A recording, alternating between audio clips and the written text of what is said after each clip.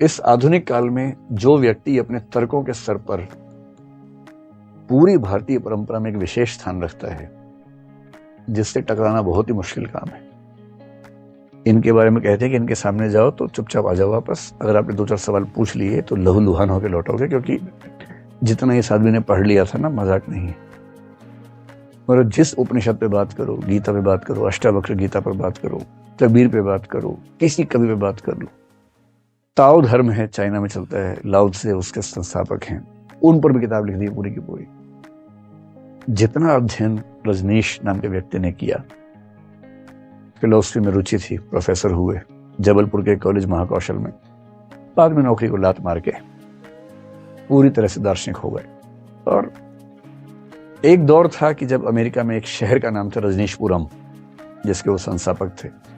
बाद में कुछ कानूनी चीजें हुई, वापस भारत आए। जनता पार्टी की सरकार जब मोरारजी प्रधानमंत्री थे, उनसे टकराहट काफी रही इनकी। फिर पुणे में इन्होंने अपना एक आश्रम बना लिया फाइनली, लंबे समय के स्ट्रगल के बाद, और फिर उनकी मृत्यु हुई। ओशो की सबसे अच्छी बात है कि वो दुनिया के हर प्रश्न पर विचार करते हैं।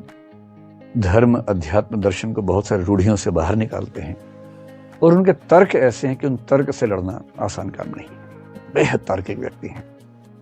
और मेडिटेशन की बहुत परंपराएं भारत में। इन्होंने एक नई परंपरा शुरू की, डायनामिक मेडिटेशन, जिसका सरल भाषा में मतलब है नृत्य करते हुए भी आप ध्यान कर सकते हैं।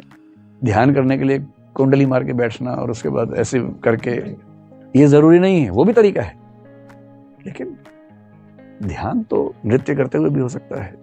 ये मैंने पिछली बार कहा था ना कि आप दर्शन पढ़ने के बाद डांस नहीं कर पाएंगे, तो ओशो बनेंगे तो नृत्य और दर्शन में संबंध बन पाएगा। किसी और रास्ते पर चलने में वो संबंध आमतौर पे बन नहीं पाता है।